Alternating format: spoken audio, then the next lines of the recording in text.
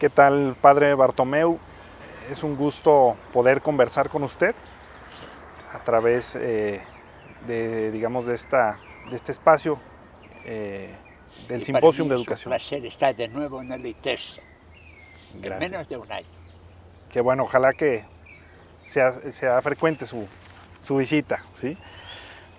Bien, la intención de esta entrevista es abordar temas que tienen que ver con la educación, con lo educativo, y vinculando su experiencia, su riqueza en cuanto a conocimiento sobre el tema, ¿no? Una primera pregunta que quisiera hacerle tiene que ver con el conocimiento que usted tiene y la experiencia que ha tenido a lo largo de su experiencia como antropólogo, como académico, incluso como misionero, sobre la transformación en los sentidos o los propósitos de las misiones con los pueblos guaraní. Sí. Bueno, yo empecé lo que se podría llamar mi vida misionera cuando volví al Paraguay después de los estudios en el año 69. Gracias a Dios, tuve un maestro que él mismo se proclamaba agnóstico, pero muy respetuoso, y que al final se constituyó en mi padre. Incluso soy el heredero por testamento de sus obras, León Cadogan, y que fue una especie de Sócrates para mí. Yo no soy Platón, pero él fue Sócrates para mí. Y mi misión fue sobre todo ir a ver cómo vivían y cómo practicaban su religión los guaraníes del Paraguay. La información religiosa, histórica, de la religión de los guaraníes es muy pobre, relativamente pobre, sobre todo hasta el siglo XX. Aunque después del siglo XX hay 2 o 3 obras muy famosas que... Bueno. Entonces, mi presencia entre ellos fue siempre la de estar allí, escuchar. Fui muy bien recibido gracias a la introducción de este señor. Y poco a poco fui pasando de una etnia guaraní, Lombriá, a otra etnia también guaraní, llamada los Abá, y después a otra, los Pai. Bueno, cada uno de ellos tiene su religión. Es decir, diríamos, todas ellas tienen una religión, pero con manifestaciones rituales, sobre todo rituales y también de creencias que difieren. Por otra parte, cada sabio guaraní es un profeta, entonces también inventa su religión dentro de los cánones propios de la tradición.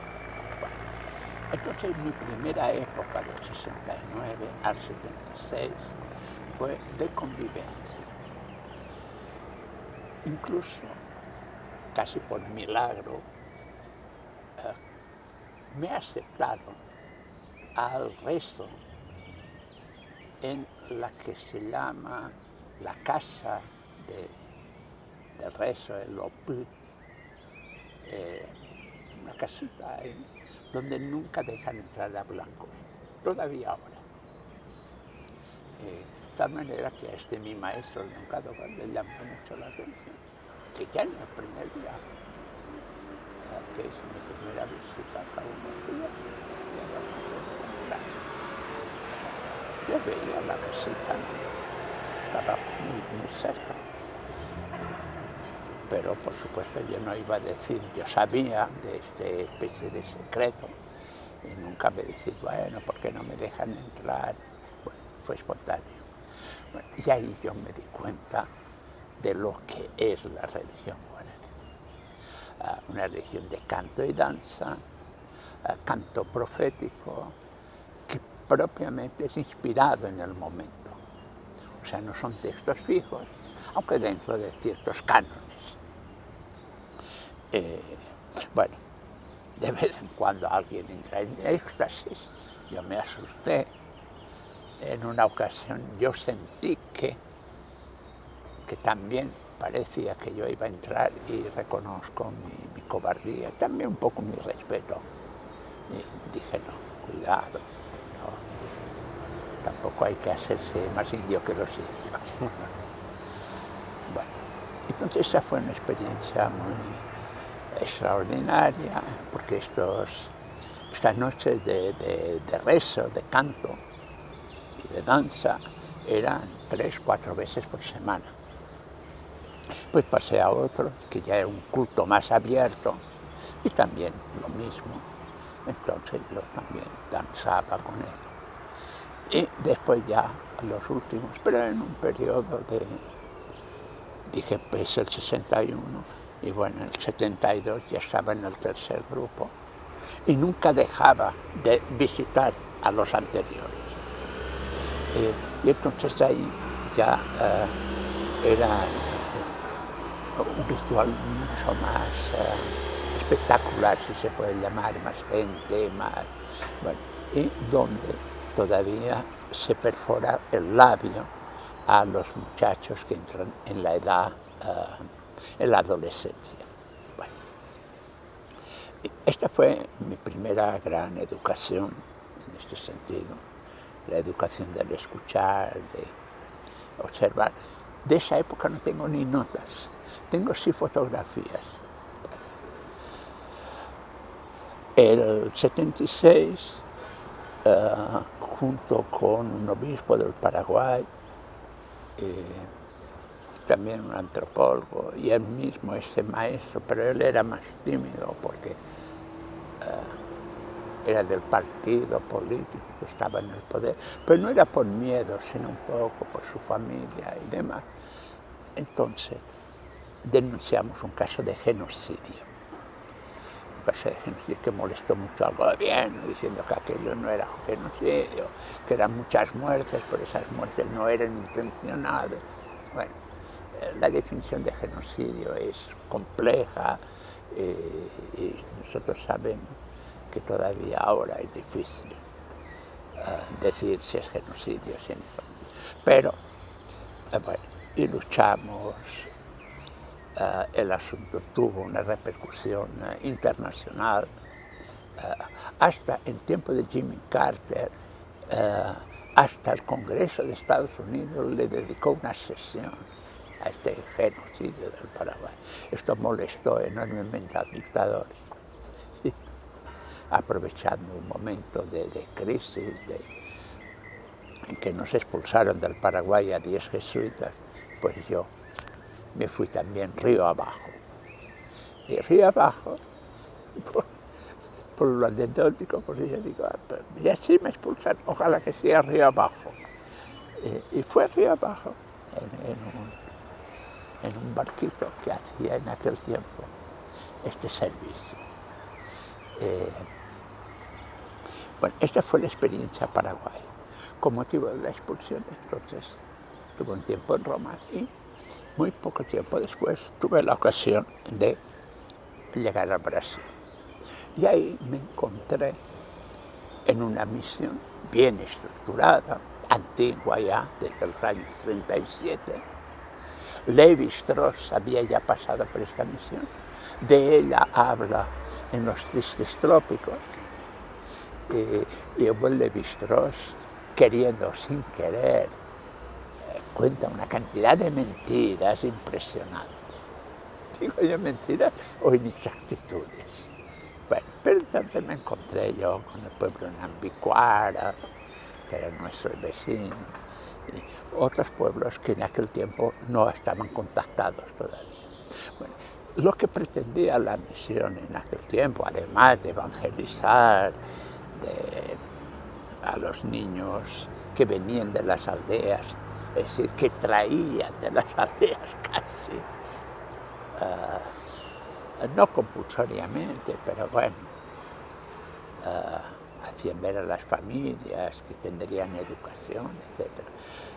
A estos niños, entonces, de estos niños se pretendía hacer brasileños capacitados.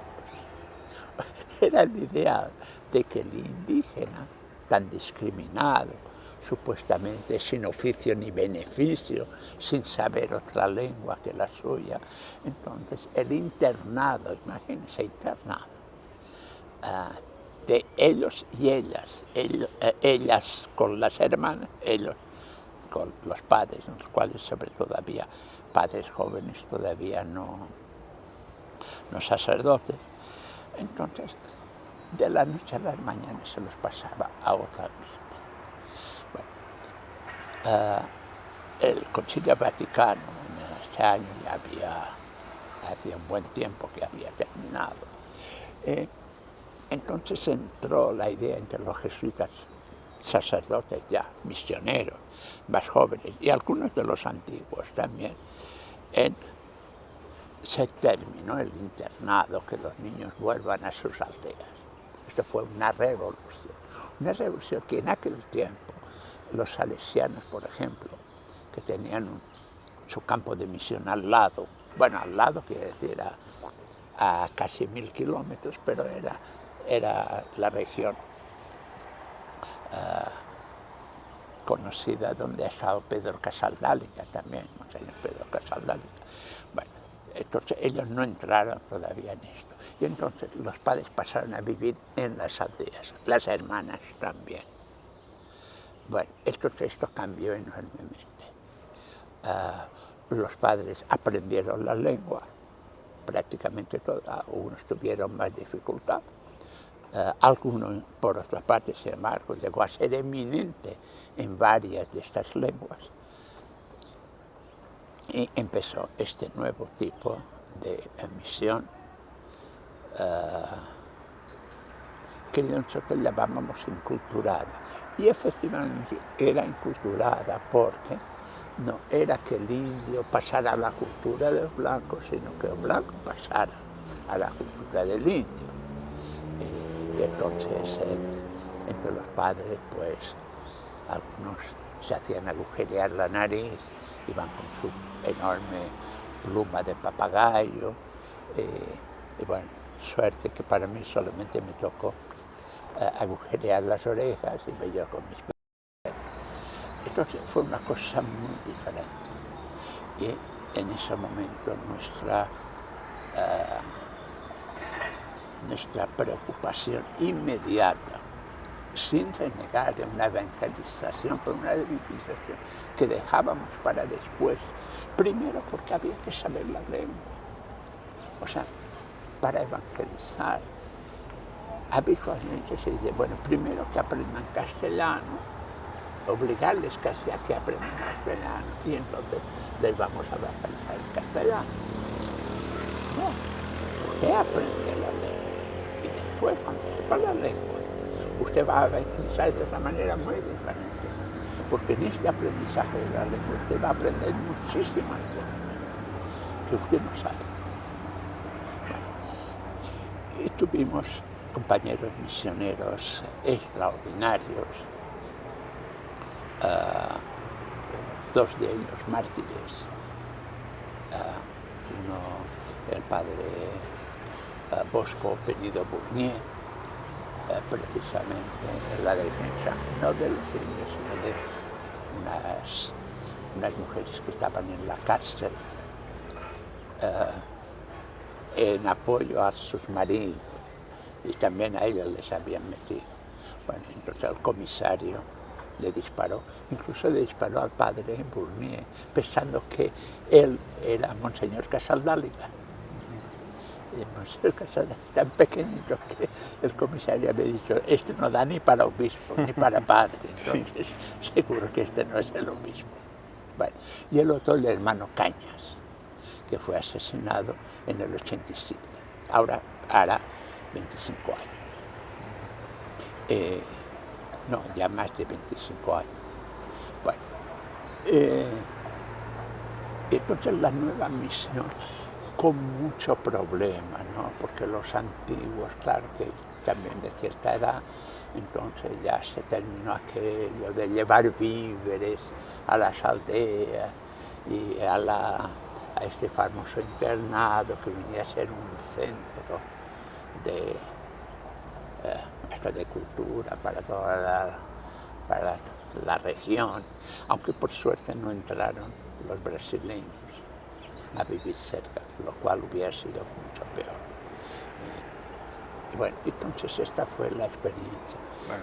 Tuve la desgracia, y digo desgracia porque lo fue, que me hicieron superior de esta misión. Y bueno, entonces era otro tipo de problemas, el cual uno tenía que ocuparse desde las cuestiones mecánicas de los carros y los camiones, hasta a veces fletar, que así era la costumbre, fletar un avioncito para llevarse a una mujer grávida cuyo parto se presentaba muy difícil. Y bueno, y casi siempre en estos casos pude vivir muy cerca de los indígenas, incluso como superior, lo cual, sin embargo, ya marcaba una cierta distancia. Claro. Y esto pero tuve la experiencia de estar con varios pueblos, diferentes pueblos indígenas. Los Rikbaxa, que me recibían muy bien, los Iranche, los Cayabí, Yapiacá, los parecí menos, no porque no me recibieran, sino porque estaban en otra situación, los Iranche y los Mambicuara, el pueblo ceniza, que lo llama Levi-Strauss, porque dormían sobre la ceniza mismo, estaban claro, muy sucios así, para nuestro criterio. Estos muy independientes, estos nunca dejaron que sus hijos fueran al internado, a pesar de que eran los más cercanos al internado. Esta es un poco la experiencia. Claro. Entonces, y un cambio, bueno, esto dio lugar también a muchas reflexiones de carácter incluso teológico, y fueron los años en que empezaba el CIMI, la Comisión Misionera de Brasil. Entonces, en ese periodo, en ese proceso, se da una revalorización de las culturas. Sí, ¿no? Sí. Lo que los antropólogos en Barbado proclamaron que era necesario y acusaron a la Iglesia de ser adoctrinadora, pero todo quedó igual. Los únicos que lo practicamos fuimos los jesuitas. Esto hay que reconocerlo. Bueno, y otros padres, no solamente nosotros. O sea, el Estado, pero los mismos antropólogos se convirtieron en nada. El antropólogo es un poco, sí, habla mucho, pero después, al final, hace su tesis y se va a su universidad y escribe 2 artículos por año. Los primeros años vuelve a visitar a sus amigos indígenas y al 3.º o 4.º año ya ni les visita. Y en el 5.º ya se molesta cuando el indio va a visitarlo a su casa. Sí. Bien. Padre, una segunda pregunta tendría que ver sobre el concepto de educación y sus diversos sentidos.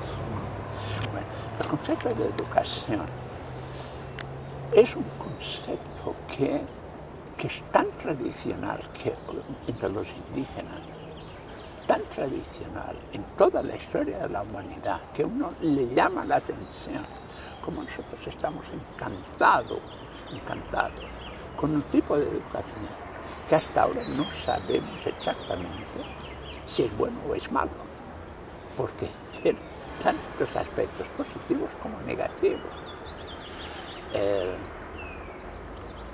La educación, de la cual incluso grandes filósofos y educadores han hablado. Hoy hablaba yo de Edgar Faure, que fue ministro de Educación en Francia. Entonces, él pone que los sistemas educativos de América, de los indígenas de América, en Asia, en África, que hay experiencias educativas extraordinarias. En Asia, no digamos, la educación china, japonesa, pero también de todos esos países, de la India, por ejemplo, son educaciones sumamente sofisticadas. Bueno, entonces, esto lo dejamos de lado para meternos en el carro de una educación que prácticamente es decimonónica y que no es nada buena, muy enciclopedista, mucho de saber, pero saber que ahora con el internet, todo lo que ha acumulado una persona para saber, pues ahora en un minuto lo tiene. Digo, esa parte material de saber en qué fecha nació Felipe II, o cuándo, en qué fecha, o quién eran los conductores de la batalla de las Termópilas. Bueno, entonces, y se ha descuidado esa educación. Me hace gracia porque ahora el gran grito de la educación es esta educación sin aula que los jesuitas catalanes están propagandeando, están realizando, que también es la de Finlandia. Pues ahora resulta que han descubierto la educación guaraní. Ahora en el siglo XXI, la gran novedad es la educación guaraní, o la educación chavante, o la educación menquí, o la educación náhuatl, pienso yo. Ahora la descubro.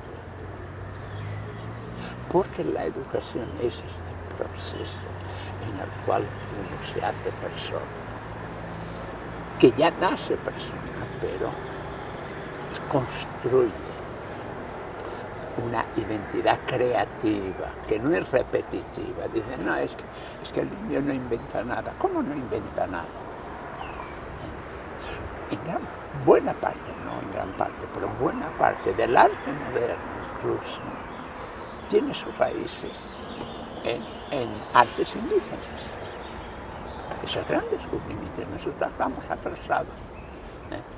El educador es un artista de la vieja escuela, de una escuela ya pasada de moda. Los pintores son mucho más despiertos en este sentido. Bueno, ¿y qué consiste esa educación? La educación, sobre todo por la palabra escuchar, la palabra saberla escuchar, no imponerla. O sea, el sabio, el indígena, el sabio guaraní concretamente, él habla y puede quedar solo y él sigue hablando. O sea, se puede jugar al lado de él, no va a decir a nadie, usted cállese, usted no arme lío aquí, esté sentadito. Y si a mí no se quiere ir al río a bañarse o a pescar, se va. Bueno, pero, ¿y se va con frecuencia? No. O sea, se puede ir, pero por otra parte están. Y esto es lo que los sabios indígenas notan ahora, que con la escuela se ha degradado el concepto de esta educación. Si ellos lo padecen, lo sienten mucho, pero lo padecen mucho, porque ven que esto es en perjuicio del futuro de su pueblo.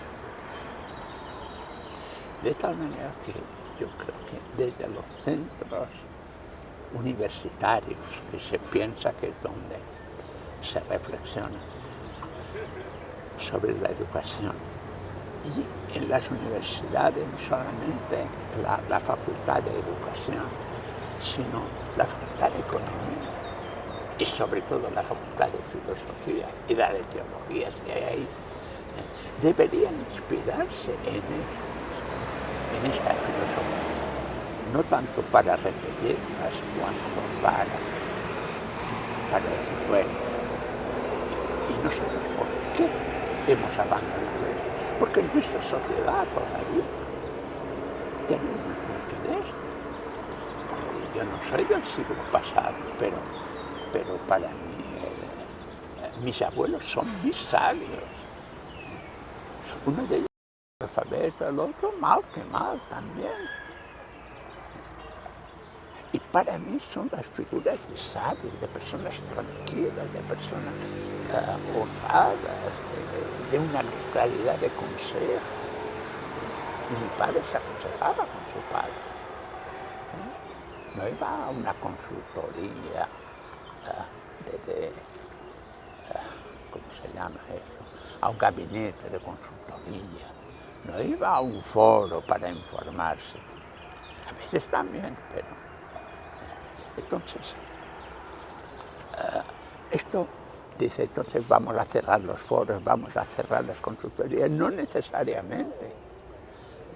Yo siempre digo que en la cuestión de lenguas hay dos maneras de aprender la lengua o de encarar la lengua. Uno es aprender una lengua para olvidarse de la anterior. Yo creo que se puede ser bilingüe. Y precisamente la primera lengua es la base de la segunda. Y después de las terceras, después de la cuarta, de la quinta, de la sexta. Y por esto incluso es tan importante la filosofía incluida en la lengua, pero en la lengua propia. Yo me doy cuenta que de las lenguas que sé, que son creo unas 6 o 7 o más, ninguna de ellas me llega tanto a mi lengua materna, que hace 65 años que no hablo.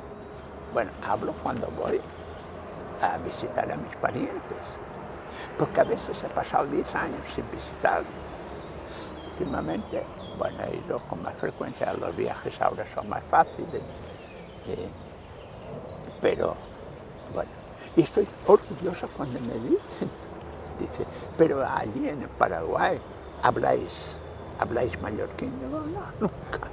Tengo un compañero mallorquín, a veces nos encontramos. O sea, no, pero la esencia de ciertas cosas, a veces incluso proverbios, se me ocurre el proverbio mallorquín. Y no, yo no soy nostálgico, creo que no soy nostálgico en eso. Estoy abierto. Y bueno, y a partir del mallorquín, después aprendí el castellano, después me hicieron aprender el latín, y el griego, y el guaraní, y el portugués, y el francés, y bueno. Padre, una última pregunta tendría que ver con lo que usted piensa sobre dónde estaría la clave para una transformación del sentido educativo en los países latinoamericanos. Bueno, yo creo que lo que nos falta bastante es, voy a dar una respuesta de Pedro Bruno, es que no sabemos cuál es el núcleo de nuestra identidad. Y cuando se habla de educación, se supone que educación va por su lado, prescindiendo de otros dos sistemas de comunicación que son esenciales. Uno de ellos es el sistema de parentesco. En nuestra sociedad actual, el parentesco, yo ya no sé, si llega un antropólogo a nuestra sociedad, dice, ¿cuáles son las reglas de parentesco de esta sociedad actual? Bueno, el padre se casa con la hija y poco más. O sea, no hay reglas prácticamente de parentesco. No hay nada que ver si se puede casar con la prima hermana paralela o de tal clan o de tal... Bueno, el sistema de parentesco no es para volver a decir, se podría volver, pero yo que he vivido con, por ejemplo, el caso de los Henao en Henao, que se llaman así los hombres auténticos. Bueno, el matrimonio preferencial eran primos hermanos cruzados, con lo cual al nacer ya prácticamente sabe quién va a ser su esposa futura cuando llegue la primera menstruación. Bueno, entonces, estos sistemas de parentesco que encuadran la vida, porque también la encuadran a veces en clanes, incluso en castas a veces. La casta no es necesariamente peyorativa. Bueno, entonces, este sistema de parentesco, que es una verdadera filosofía de la comunicación. Esto lo tiene bastante bien explicado Lévi-Strauss, prescindiendo de si vamos a ser estructuralistas o no, pero está muy bien explicado en las reglas elementales de parentesco. Hay otro aspecto de comunicación que es sumamente importante y esto se habla poco, es decir, se habla mucho y al final se habla poco de su filosofía, que es el sistema económico. Yo creo que la humanidad se puede dividir de una manera muy simple, pero que no deja de tener su complejidad, en sociedades de economía de reciprocidad y economías de venganza. Bueno, nosotros, el capitalismo es una economía de venganza. O sea, las cosas funcionan por rescate. La deuda es una venganza. ¿Y cómo lo sabemos? Los pobres países que están endeudados saben que el FMI y el banco ya está. Los que tienen los bonos, como en Argentina con esos bonos buitres, esos buitres están ahí encima, dispuestos a despellejar a cualquiera que en sus entrañas tenga un centavo. Bueno, todo el sistema económico de reciprocidad es muy difícil ahora llevarlo a cabo, es complejo, incluso en las sociedades antiguas es complejo, pero es fundamentalmente el intercambio se hace mediante el don. Entonces, de ahí se puede llegar a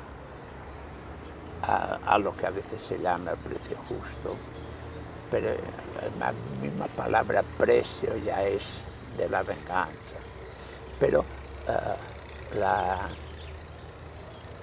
comunicación de bienes, lo que a veces se da en las grandes calamidades donde la gente da dinero, no presta dinero, a veces también, pero o sea, las grandes potencias, diríamos, bueno, envían unos millones de dólares o de euros o de no sé qué, a Nepal, por ejemplo. Bueno, esto es un tipo de reciprocidad, pero esto se puede extender a una vida en que las cosas, el intercambio, se hace mediante la reciprocidad, que no tiene ni cantidad ni tiempo determinado.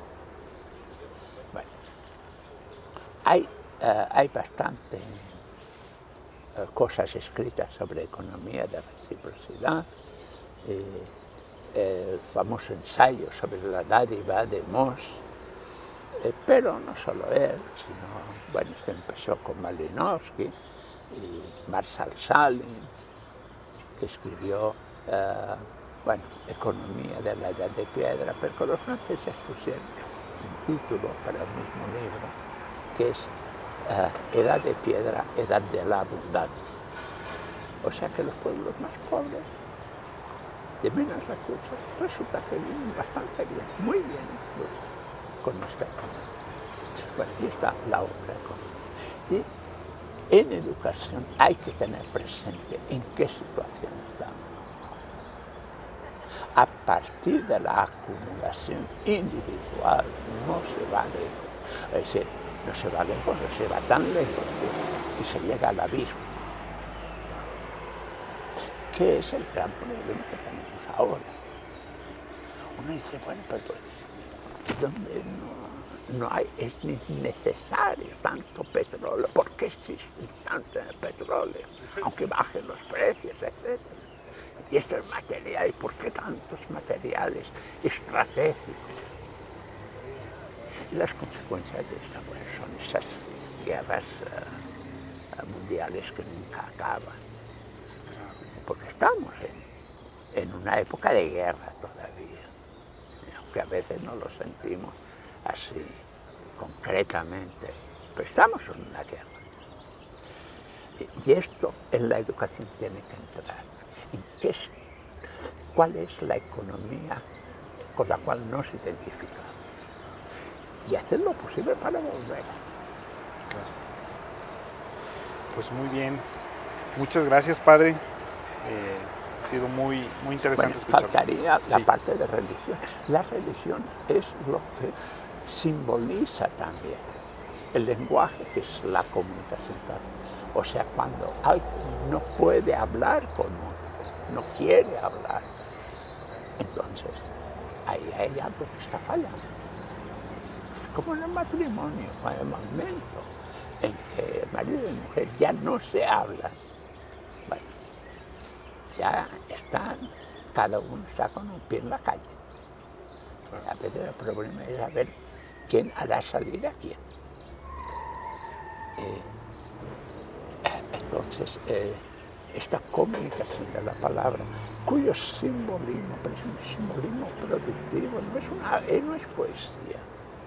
La poesía es real, la poesía es una dimensión de la vida.